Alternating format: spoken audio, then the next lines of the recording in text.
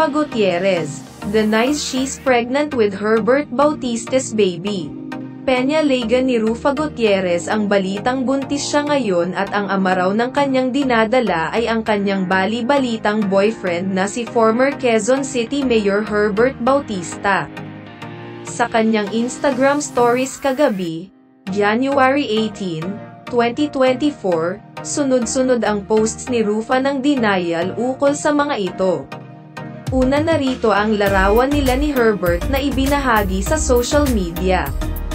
Nakasulat dito, Rufa Gutierrez, binuntis ni Herbert Bautista, caption ni Rufa sa post, thinking face emoji. Sa isa namang social media quote, nakasulat dito, just in. Rufa Gutierrez umaming buntis.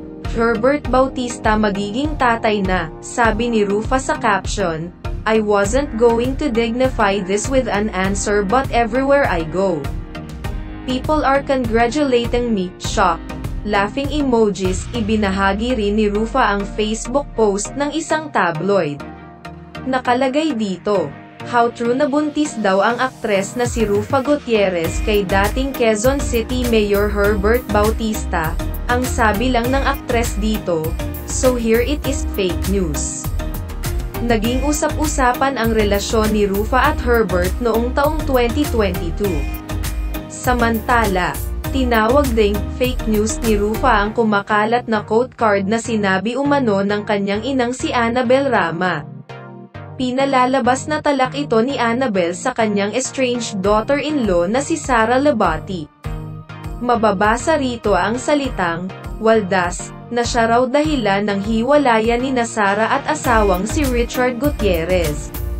Nakasaad sa quote card, masamang biyenan daw ako. Oo, day. Masamang biyenan talaga ako. Sino ang di mag-iinit ang ulo kung puro waldas ng pera at shopping malls lang ang alam? Ni hindi nga yan humahawak ng Wallace Tambo at naguhugas ng plato. Akala mo anak ng mayaman umaasa lang naman sa tatay na foreigner.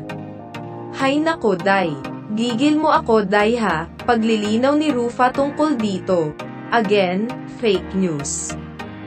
Face with rolling eyes emoji.